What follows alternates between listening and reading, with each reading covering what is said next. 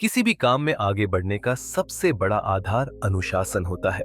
पढ़ाई में हम सालों लगाते हैं, लेकिन अपने ऊपर नियंत्रण रखना बहुत कम सीखते हैं। असल में जिंदगी को सही दिशा में चलाने की ताकत यहीं से आती है। अगर इंसान खुद को संभालना सीख ले, तो बाकी चीजें धीरे धीरे अपने आप सुलझने लगती हैं। हमारा शरीर अक्सर वही चाहता है जो उसे तुरंत अच्छा लगे। उसे फर्क नहीं पड़ता कि उसका असर बाद में क्या होगा। वह तब तक खाना चाहता है जब तक पेट पूरी तरह भर न जाए, बल्कि कई बार उससे भी आगे निकल जाता है। वह तब तक पीना चाहता है जब तक होश न उड़ जाए, लेकिन असली परेशानी अगले दिन शुरू होती है, जब भारीपन, पछतावा और शर्म महसूस होती है। उस वक्त इंसान खुद से पूछता है कि क्या यह सब सच में जरूरी था? शरीर हमेशा आज की सोचता है, लेकिन नतीजे कल भुगतने पड़ते हैं। इसलिए समझदारी इसी में है कि इच्छा पूरी करने से पहले थोड़ा रुककर सोचा जाए। सिर्फ ये मत देखो कि अभी क्या अच्छा लग रहा है, ये भी देखो कि इसकी कीमत क्या चुकानी पड़ेगी। सोचो कि बाद में खुद को देखकर कैसा लगेगा, जब कपड़े तंग लगेंगे या आईने में खड़े होकर सवाल उठेगा कि हालात यहाँ तक कैसे पहुंच गए। अनुशासन का मतलब यह नहीं है कि खुशी से दूर भागा जाए या हर चीज को गलत मान लिया जाए।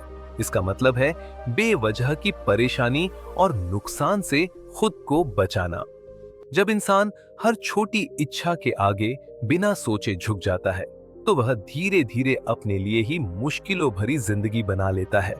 ये कोई बाहर की सजा नहीं होती, बल्कि हम खुद अपने लिए रास्ता कठिन बना लेते हैं। किसी चीज से पूरी तरह दूर रहना और उसे सीमित मात्रा में लेना दोनों अलग बातें हैं। हर चीज को छोड़ देना ही समाधान नहीं है। असली समझ यह जानने में है कि कहाँ रुकना है। ये पहचानना जरूरी है कि शरीर की कितनी जरूरत है और कब लालच शुरू हो जाता है। समय पर रुक जाना ही असली ताकत है। अनुशासित होना खुद को दुखी करना नहीं है। इसका मतलब है जिम्मेदारी लेना और अपनी हदों को पहचानना। यह जानना कि कब मेज से उठ जाना है, कब एक ही पैक काफी है और कब आगे बढ़ना खुद को नुकसान पहुंचाना होगा। अनुशासन कोई सजा नहीं, बल्कि अपने मूल्य को समझने का तरीका है। यह दिखाता है कि आप खुद की कितनी कदर करते हैं। सुख के पीछे भागने से बेहतर है कभी कभी जानबूझकर थोड़ी तकलीफ को अपनाना। आराम से बाहर निकलकर खुद को चुनौती देना इंसान को मजबूत बनाता है। इतिहास में ऐसे लोग रहे हैं जो बहुत अमीर होने के बावजूद आसान जिंदगी से दूर रहे। उन्होंने कभी कभी सादा कपड़ा पहना, जमीन पर सोए और बेहद साधारण खाना खाया। यह सब उन्होंने मजबूरी में नहीं, बल्कि खुद को तैयार रखने के लिए किया। ऐसा करने का मकसद यह समझना था कि जिन हालातों से वे डरते हैं, उनमें जीना भी संभव है। जब इंसान खुद को कठिन परिस्थितियों में रखता है, तो उसे एहसास होता है कि जिन चीजों से वह घबराता है, वे उतनी भयानक नहीं है। इससे डर से डर कम होता है और आत्मविश्वास बढ़ता है। जब कोई इंसान अपनी मर्जी से कठिनाई सहता है, तो वह जिंदगी की अनचाही परेशानियों के लिए भी तैयार हो जाता है। उसे हर समय सुरक्षा और आराम की जरूरत नहीं पड़ती। वह जान लेता है कि अगर हालात बिगड़ भी जाएं, तो वह संभाल सकता है। यही सोच इंसान को मजबूत बनाती है और मुश्किल वक्त में टूटने से बचाती है। अनुशासन और आत्मनियंत्रण का असली फायदा यही है कि इंसान जिंदगी को डर के साथ नहीं, समझदारी के साथ जीता है। वह हर इच्छा का गुलाम नहीं बनता, बल्कि अपने फैसले खुद करता है। यही आदत धीरे धीरे उसे अंदर से मजबूत, शांत और संतुलित बना देती है। सेनेका ने एक समय अपनी पूरी दौलत अपनी आजादी के बदले देने की पेशकश कर दी। यह बात सुनकर नीरो हैरान रह गया। उसे यकीन ही नहीं हुआ कि कोई इंसान अपनी मर्जी से सब कुछ छोड़ सकता है। आज हम ज्यादातर लोग सेनेका के बिल्कुल उलट चलते हैं। हम हर उस चीज से बचते हैं जो जरा भी असहज हो। हमें लगता है कि कामयाबी का मतलब है बिना किसी परेशानी के जीना और हर चीज तुरंत मिल जाना। ठंड क्यों सहे जब एसी है? भारी सामान क्यों उठाए जब कोई और कर सकता है? पैदल क्यों चलें जब गाड़ी मौजूद है? हमें एहसास ही नहीं होता कि ये आदतें हमें कितना कमजोर और दूसरों पर निर्भर बना रही हैं। धीरे धीरे हम खुद कुछ करने की ताकत खो देते हैं। आराम की यह आदत हमें नाकामी के लिए तैयार करती है। इससे हम डरपोक बनते हैं। हम अपने सुख सुविधाओं से इतना जुड़ जाते हैं कि उन्हें खोने का डर हमें अंदर से जकड़ लेता है। कुछ लोग ऐसे भी होते हैं जो जानबूझकर तकलीफ को चुनते हैं। वे खुद को चुनौती देते हैं। कोई लंबी दौड़ लगाता है, कोई जमीन पर सोता है, कोई भारी वजन उठाता है, कोई कठिन मेहनत वाला काम करता है। वे दर्द से भागते नहीं बल्कि उसे अपनाते हैं।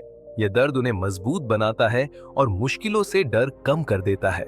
ऐसा करने से इंसान अंदर से सख्त होता है। अनुशासन शरीर से शुरू होता है, लेकिन यह अपने आप नहीं आता। इसके लिए हमें खुद को चुनौतियों के सामने रखना पड़ता है, क्योंकि जिंदगी एक दिन बिना पूछे बड़ी परेशानी लेकर आएगी। उस दिन अगर हम तैयार नहीं होंगे तो टूट सकते हैं। जो लोग कठिन समय को संभालना जानते हैं और बदलाव को स्वीकार कर लेते हैं, उन्हें हराना मुश्किल होता है। ऐसे लोग अंदर से ज्यादा संतुलित और खुश रहते हैं। जब हालात अच्छे हों तभी खुद को मजबूत बनाना चाहिए, क्योंकि अच्छा समय हमेशा नहीं रहता। अब गुलामी की बात करें।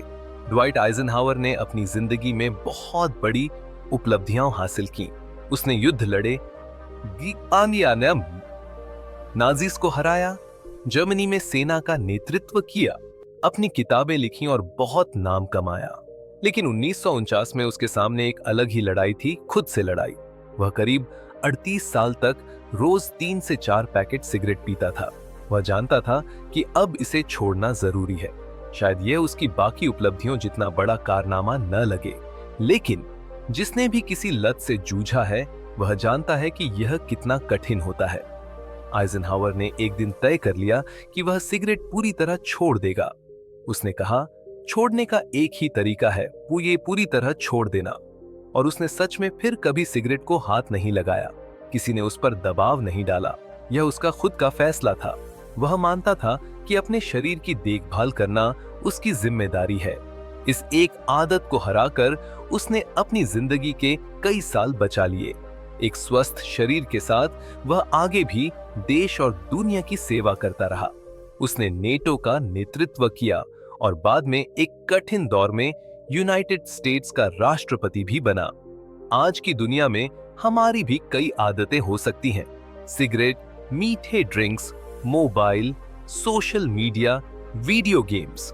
समाज इन्हें सामान्य मानता है या नहीं, इससे फर्क नहीं पड़ता। असली सवाल यह है कि क्या ये हमारे लिए अच्छी है? जैसे आइजनहावर की सिगरेट उसे धीरे धीरे नुकसान पहुंचा रही थी, वैसे ही हमारी कुछ आदतें हमें बिना एहसास कराए कमजोर बना रही होंगी। भले ही कोई आदत तुरंत नुकसान न दिखाए, फिर भी हमें उसे अपने ऊपर हावी क्यों होने देना चाहिए? हमें अपने पेट, मन या फोन से आदेश क्यों लेने चाहिए? मालिक हमें होना चाहिए, हमारी आदतें नहीं। नई गुलामी हमेशा से एक बेकार व्यवस्था रही है। फिर हम अपनी ही आदतों के गुलाम क्यों बने? खुद से एक आसान सवाल पूछो। अगर आज तुम्हें किसी चीज के सारे नुकसान पहले से पता होते तो क्या तुम फिर भी उसे शुरू करते? क्या तुम जानते हुए भी वही रास्ता चुनते जो आगे चलकर दुख और खालीपन दे, सिर्फ इसलिए कि तुमने कभी शुरुआत की थी? इसका मतलब यह नहीं कि तुम्हें आज भी उसे ढोना ही है। तुम्हारे पास आज भी चुनने की ताकत है। चाहे तुम कितने भी मजबूत क्यों ना हो, कुछ बुरी आदतें हो सकती हैं जिनसे तुम अब भी जूझ रहे हो।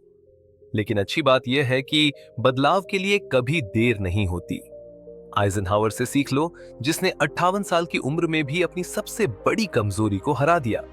यह मायने नहीं रखता कि कोई आदत तुम्हारे साथ कितने सालों से है। असली बात यह है कि आज तुम उसके बारे में क्या फैसला लेते हो।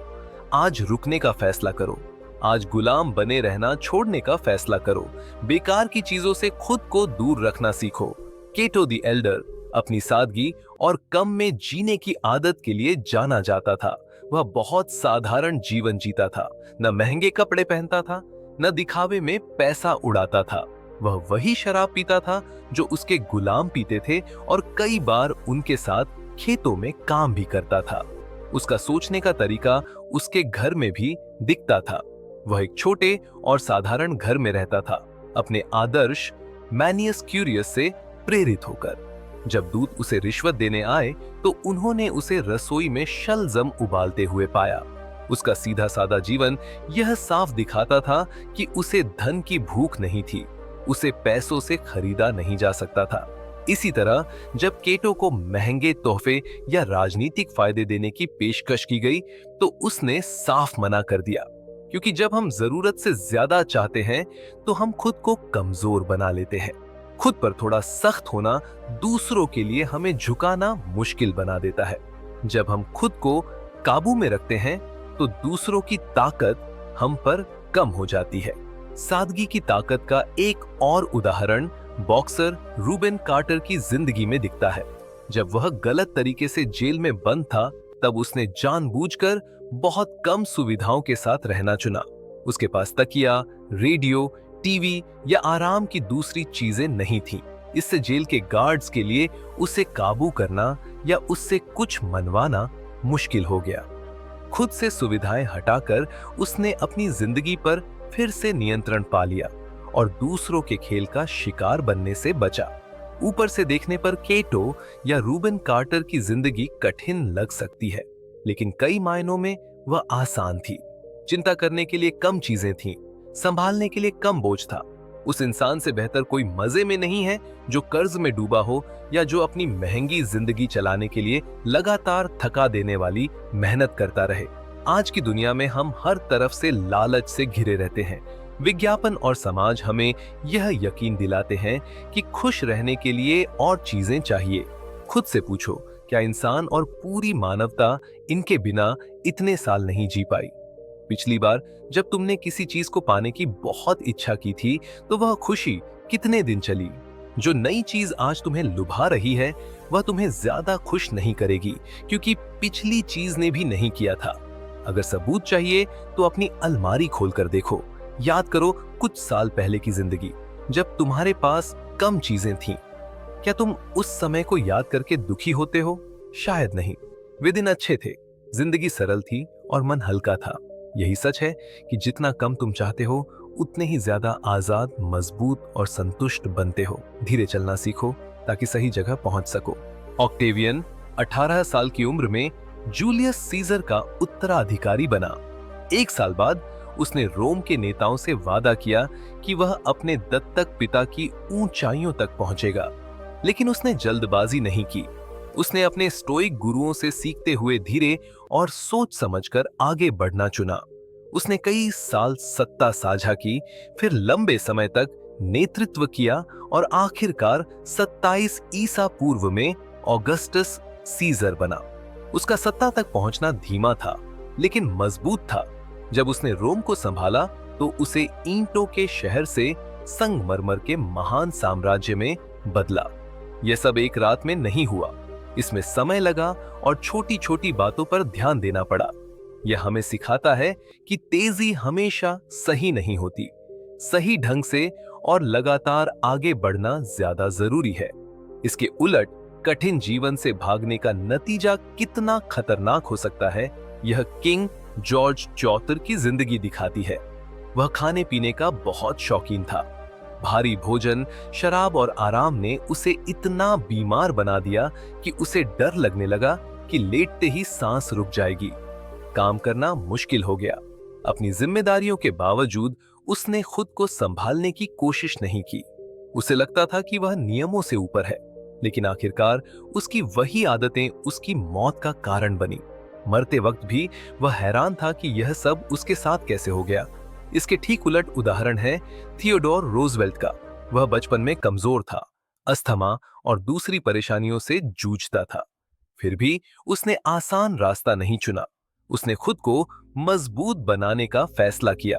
उसने कसरत, खेल और कठिन शारीरिक गतिविधियों को अपनाया। उसने दर्द से भागने के बजाय उसे झेला और उसी से ताकत बनाई। यही फर्क है। आसान जीवन धीरे धीरे इंसान को तोड़ देता है, जबकि कठिन जीवन उसे मजबूत बना देता है। वह मानता था कि अगर इंसान को पूरी जिंदगी ऊर्जा और ताकत के साथ जीना है तो उसे खुद को रोज आगे धकेलना होगा। जब वह राष्ट्रपति बना तब भी उसने यह आदत नहीं छोड़ी। हर दिन उसने कुछ घंटे अपने शरीर के लिए निकाले। देश चलाने की जिम्मेदारी के बीच भी वह रोज कसरत करता था। अब जरा सोचो, सुबह उठते समय कौन ज्यादा अच्छा महसूस करता होगा, आराम और आलस में डूबा किंग जॉर्ज या मेहनत और सक्रियता में जीने वाला थियोडोर रूजवेल्ट? जवाब साफ है। रूजवेल्ट की जिंदगी हमें याद दिलाती है कि सक्रिय रहना और कठिन रास्ता चुनना इंसान को बड़ी ऊंचाइयों तक ले जा सकता है। हम सिर्फ बैठे रहने और आराम ढूंढने के लिए पैदा नहीं हुए हैं। प्रकृति ने हमें बहुत कुछ दिया है। हम ताकतवर दिमाग और शरीर वाले इंसान हैं। सवाल यह है कि क्या हम इस क्षमता को यूं ही बेकार जाने देंगे? आज बहुत से युवा सिर्फ खराब सेहत और फिटनेस की कमी की वजह से सेना में भर्ती नहीं हो पाते। अपने शरीर के साथ लापरवाही कोई छोटी बात नहीं है। यह पूरे समाज और देश की ताकत से जुड़ा मामला है। अगर हमें उपयोगी और जिम्मेदार नागरिक बनना है तो हमें अपने शरीर की देखभाल करनी ही होगी। यह सिर्फ जिम जाने की बात नहीं है। ये इस बात से भी जुड़ा है कि हम क्या खाते हैं और किन चीजों से दूर रहते हैं। हमारा शरीर किसी महंगी रेस कार की तरह है। अगर उसमें गलत ईंधन डालोगे तो वह खराब ही चलेगी। जिंदगी में मुश्किलें आती ही हैं। हर काम हमेशा हमारी योजना के अनुसार नहीं होता, लेकिन कसरत के मामले में हमारे पास पूरा नियंत्रण होता है। हम तैराकी कर सकते हैं, वजन उठा सकते हैं, लंबी सैर पर जा सकते हैं या कोई भी गतिविधि चुन सकते हैं। जरूरी बस इतना है कि हम चलते रहें। अनुशासन का मतलब यह नहीं है कि खुशी को मना कर दिया जाए। खुशी हमारी मेहनत का इनाम होती है। शरीर का ख्याल रखना, इच्छाओं पर काबू रखना, मेहनत करना और पसीना बहाना कोई सजा नहीं है। यही वो रास्ता है जिससे सच्ची खुशी मिलती है। चुप्पी भी ताकत होती है। पुराने समय के योद्धा सिर्फ अपनी बहादुरी के लिए नहीं, बल्कि अपने कम बोलने के गुण के लिए भी जाने जाते थे। वे जानते थे कि जरूरत से ज्यादा शब्द ताकत को कम कर देते हैं। जब उन्हें धमकाया गया तो उन्होंने लंबे जवाब नहीं दिए। जब कहा गया कि दुश्मन के तीर सूरज को ढक देंगे तो लियोनाइडस ने बस इतना कहा, तो हम छाया में लड़ेंगे। जब जर्क्सिस ने उन्हें कुचलने की धमकी दी तो जवाब एक शब्द में था, अगर। उन्होंने कभी बेकार शब्द नहीं बोले, कभी खुद को साबित करने के लिए ज्यादा बात नहीं की। वे जानते थे कि कम बोलना ज्यादा असरदार होता है। आज की दुनिया में बोलना बहुत आसान हो गया है। हर किसी के पास अपनी राय है और हर कोई उसे तुरंत जाहिर करना चाहता है। लेकिन सीख ये है कि हर विचार को शब्दों में ढालना जरूरी नहीं, हर खाली पल को भरना जरूरी नहीं, हर बहस में कूदना जरूरी नहीं। आप चुप रह सकते हैं, आप इंतजार कर सकते हैं, आप कह सकते हैं कि मुझे नहीं पता। आप किसी अपमान को अनदेखा कर सकते हैं, आप किसी बुलावे को ठुकरा सकते हैं, आप बिना वजह बताए भी मना कर सकते हैं। सवाल यह नहीं है कि आप कर सकते हैं या नहीं, सवाल यह है कि क्या आप करेंगे। केटो तभी बोलता था जब उसे लगता था कि उसके शब्द चुप्पी से बेहतर है। ज़ेनो अपने छात्रों से कहा करता था कि हमारे पास 2 कान और 1 मुंह है, इसका सम्मान करो। बाद में इस बात का पछतावा करो कि तुमने कुछ नहीं कहा, न कि इसका कि तुमने ज्यादा बोल दिया। लोगों को यह सोचने दो कि काश तुम और बोलते, न कि यह कि काश तुम चुप रहते। ऑडियो बुक 177 देखने के लिए धन्यवाद। आपका दिन शुभ हो।